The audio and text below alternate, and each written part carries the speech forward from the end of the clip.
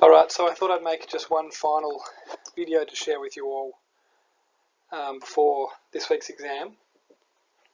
Basically on last minute tips, but with a real focus on section C of the exam. I think you all know the content really well. It's been a really impressive year. The hardest part of the exam, as we've always said, is time management. So you need to go in there with a plan. 20 minutes, 50 minutes, 50 minutes. 20 minutes for section A and 50 for each of the longer sections, more or less. That'll get you over the line. So hopefully you've got some essays or some examples ready to go for when it comes to section C. This presentation will just go over some of the overarching themes that often come up in section C.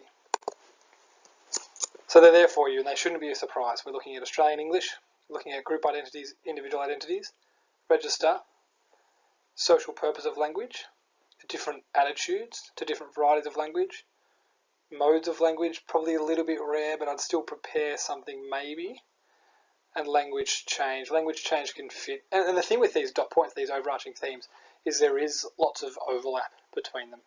So some things you might use in a particular overarching theme, you might also be able to use in another one. If we break them down as each individual theme, you'll know what I mean.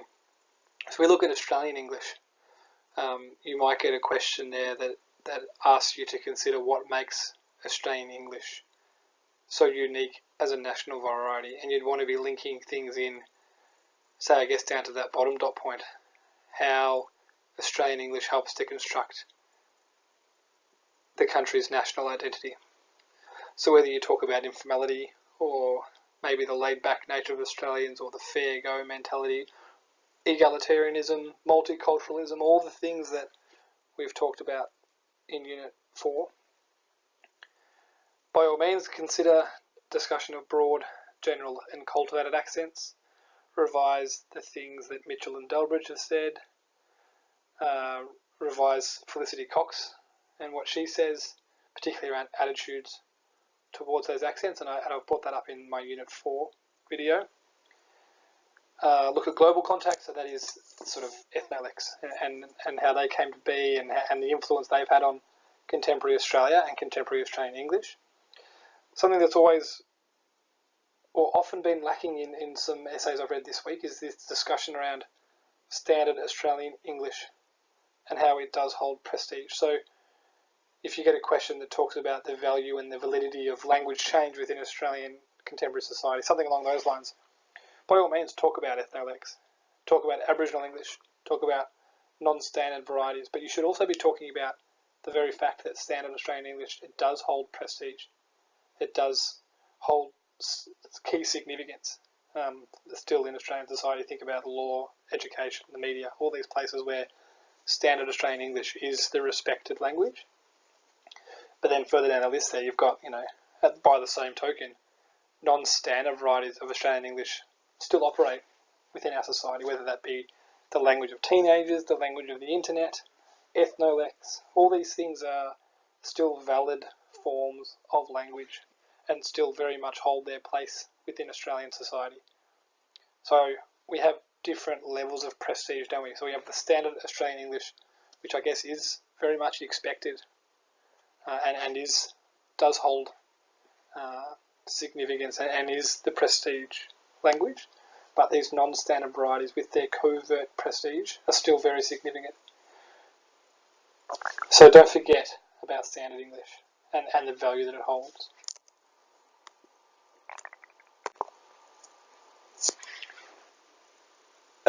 Another theme is quite pertinent to Unit 4, and you've done these essays to death, the idea of individual and group identities.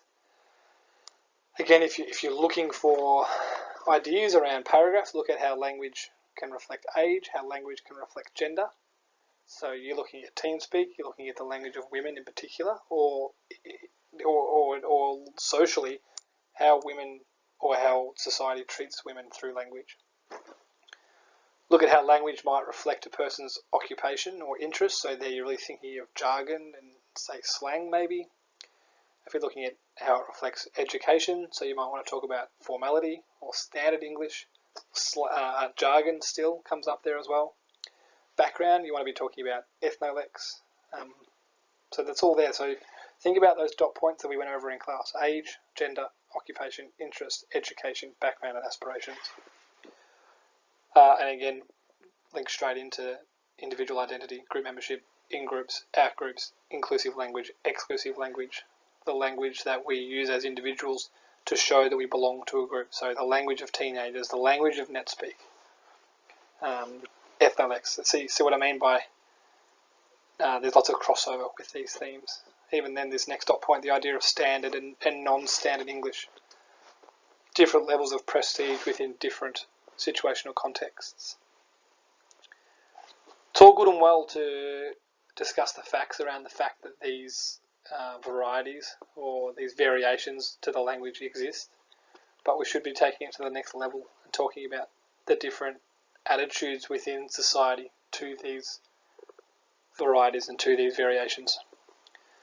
So you've got lots of quotes in your quote bank, lots of quotes in your reading journals that can be accessed when thinking about attitudes towards language and attitudes towards non-standard varieties of the language. You might also get a question about register or the level of formality. And it links in to a discussion really about situational and cultural context and how that is really crucial and really key to understanding what language is expected of the people within the interaction, whether they be the writer or speakers conversing with each other or conversing to a wider audience. And it's that relationship that is key.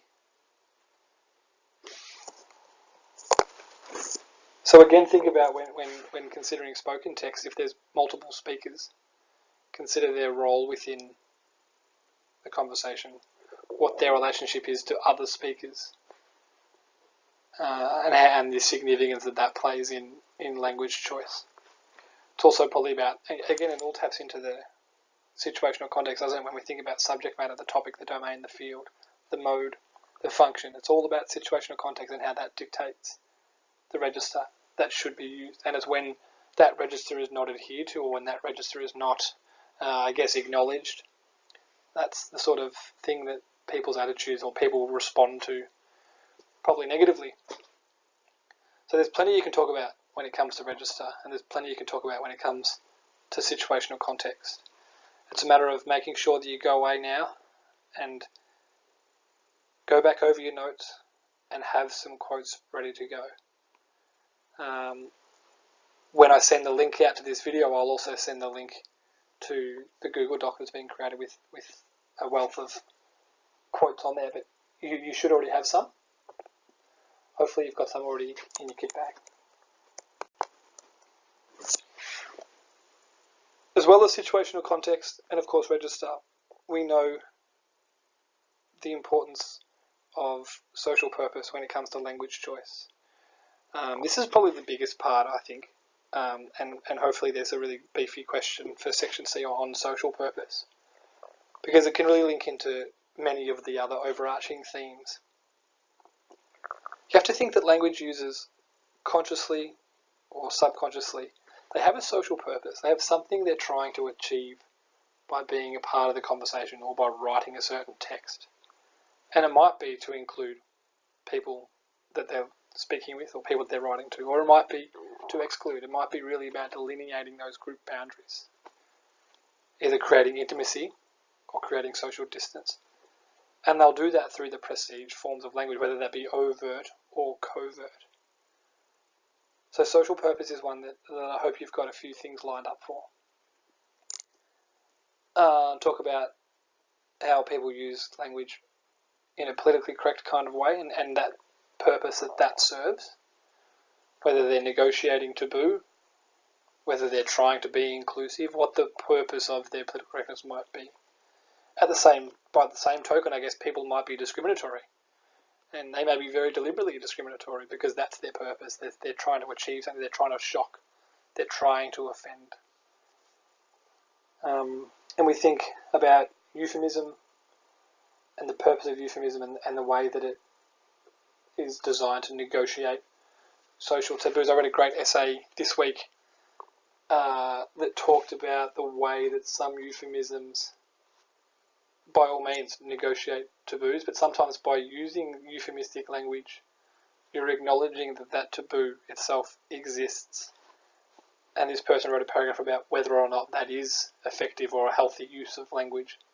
Maybe some things that are taboo should not be taboo. Maybe some things like sex should be less taboo, should be something that we should be discussing in a more frank and honest way. And in a sense, euphemism makes that difficult because we feel this social need to negotiate what is considered a social taboo. Similar to swearing now, like, again, I emailed my group anyway, and I'm pretty sure I posted it to the Facebook group. The idea of swearing, your first instinct realistically should be that swearing is bad and we shouldn't swear and swearing is offensive, but there's some really good research out there about how swearing can actually create group solidarity, and I think it's a really interesting point that you can easily support with evidence, because we've posted the one about the Sydney tradies and there was one earlier in the week. If you don't know what I'm talking about, email me and I can send you the links to the article. We've done jargon and slang to death, but I think they're important to have up your sleeve and think about the purpose, again, in that first dot point of jargon and slang to be inclusive, but also to be exclusive and to really delineate those group boundaries. As you can see, there's more here on social purpose. Think also about, I guess, euphemisms fall into the idea of creating social harmony and really promoting social harmony, and other politeness strategies that speakers and writers might use for the social purpose of building that. It is building rapport, but it might also be building rapport and creating social harmony and really helping people to feel respected and liked and valued. Then we also think of the language in the public domain and public language. So we think of double speaking, we think of obfuscatory language that some politicians or economics people within the field of economics often comes up in class discussions, and the language that they use tends to be more formal, doesn't it? And tends to create more of a social distance, and it allows them to show their expertise, for example. Social purpose is also big on thinking about how language shapes social and cultural values. Like when we're talking about ethnolex, don't just talk about society's ingrained negative attitudes towards ethnolex and to the way that ethnolex can be a dumbed down kind of version of English. Think also about the positive things and the way that the users of an ethnolect helps them to shape a positive frame of mind and a positive sort of group mentality. They use this as like a badge, the language as a badge of who they are and where their family are from. And in that, I guess that leads on to that final point, doesn't it, of the way language can express identity, because sometimes, you can fill pages and pages and pages of a discussion around how you as a teenager use certain language to fit into certain groups, whether that be your own social group, whether it be your family group, whether it be the group you exist in a workplace. You all do this on a day-to-day basis, so you all know about it.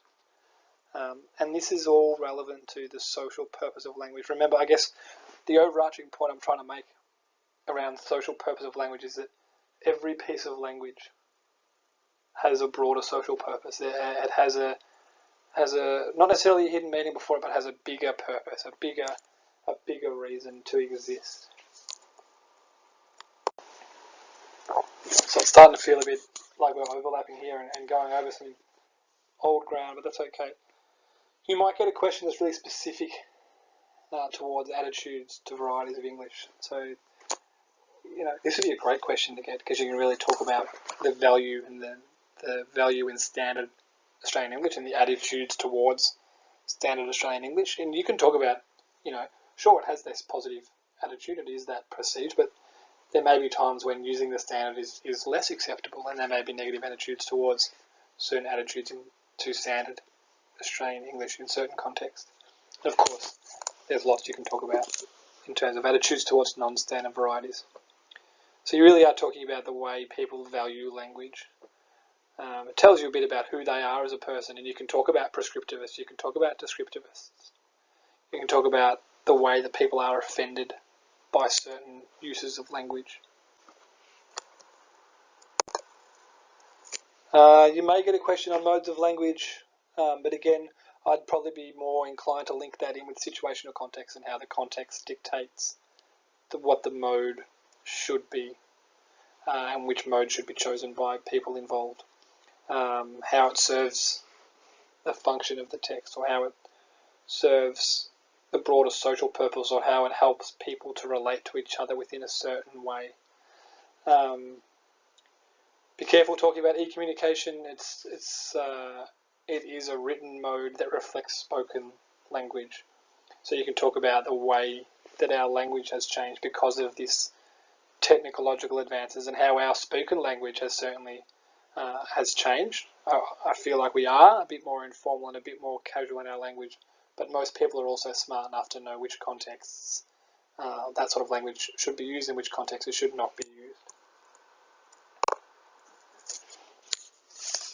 Finally, it's quite possible you might get asked a question about language change, in which case we're sort of linking back to Unit 4, Outcome 1 really, in the way Australian English has changed over time. But be really careful, because the question is really specific about contemporary often. They often want you to bring contemporary examples into the mix. So always be thinking about exactly what the question is asking of you, and we'll touch on that in a few minutes. We spoke earlier about taboo and the changing nature of taboo language, and how swearing may be a little bit different, or it is different now to what it was years ago, decades ago, has different social value. So too with politically correct language. Like, political correctness is almost a dirty word now, isn't it? And it's certainly something that's been in the media a lot over the last few years, particularly with the rise of, say, right-wing kind of political thinking, and the way they use the idea of political correctness against left-wing ideological people. So there's a lot out there that you can talk about. Again, language change, we talk about the influence of other cultures on Australian English. There's some really great quote in one of the practice essays that we've done over the last few weeks, and from the Sounds of Oz, that Santo Chilaro talks about the way that even non-ethnic Australians tend to speak a little bit like their ethnic speaking friends, as a way of assimilating their language towards their social group, their cultural group, as a way of feeling accepted and wanting to be accepted. So there's plenty that you can talk about when it comes to language change. So I'll leave you with this big advice. Like, again, those of you who have been sending me in practice pieces are doing a fantastic job. But the common thing that I'm really coming up against, like, you all know how to structure an essay. It's awesome. Like, introductions are awesome. You've got topic sentences, you've got your stimulus, you've got your examples, you've got your meta language, it's all there. But more often than not, unfortunately, we misread or misrepresent the question. So here on this slide, you've got the question, should we fear language change or embrace it? Alright? That's a direct question. It's asking you, I mean, I don't know how to say it any other way. Should we fear it? Or should we embrace it? It's a very different question to language change should be embraced, not feared. It's really asking you to make a decision about how we feel about language change. Similarly, this is one that I've just ripped from a practice exam this week. We speak and write more casually now than ever before, thanks to the pervasive influence of American culture. Many of you, and maybe this is the idea of the important information being at the end of a sentence, most of you wrote really good essays on this part of the question, alright, which is fine. But the best essays also touch on this part of the question as well, about the fact that we do speak and write more casually, or that we don't. You make up your mind, bring about your own contention. So you might speak about the fact that we do speak more casually, and it is to do with American culture, but it might also be to do with other parts of the culture, culture that we're embracing. So whether it be technology, maybe, has also influenced our way of life, and has influenced the language we use. So with this particular question, you need to be answering both parts of the sentence. Firstly, do we speak more casually now than ever before? Do you agree? And is it to do with the influence of American culture? Here's another one. I think we've talked about this in class. As well as expressing our identity, language shows that we belong. Again, there's two parts of the question. Talk about the fact that it expresses our identity. Talk about the use of slang. Talk about the use of jargon. Talk about ethnolex. Talk about Australian English. Talk about Australian accents. There's plenty of things there. And how that promotes a particular identity. And then you'd link it into the fact that through that identity, language helps to show that we belong. So you need to really consider all the parts of the question and make sure that you're addressing all parts of the question. So here's the best thing, right? This is what's been a real improvement over the last month, and I want you to think long and hard about this. Firstly, of course, answer the question. If you find that difficult, the best advice is to use words or synonyms of the words provided by the question. Be sure that your stimulus drives your discussion. Be sure your examples drive your discussion. Be sure you use meta-language when using examples. So that pretty much wraps it up, doesn't it? Like that, if you think about what's on that slide there, you can see where the course has been heading. Alright? We've done meta-language now for 2 years. You know how informal language works. You know how formal language works. You know all the features of those two registers and everything in between. And we use all that to provide examples for a discussion around a question that you've been asked. So make sure that you really put in the effort over the next few days and really have some stimulus up your sleeve, some examples up your sleeve, and you know the meta language needed to use to discuss those examples. Hopefully you've got something out of these videos. Hopefully you've managed to push pause at the right time to go back and look through your notes, if for anything you may have missed. I've received lots of emails over the last couple of weeks with essays and stuff. It's not too late. I will obviously be happy to answer emails before the exam. Obviously, the earlier you send them, the earlier you'll get a reply. Best of luck. You all deserve to go really well, and I'm sure you will. Have fun.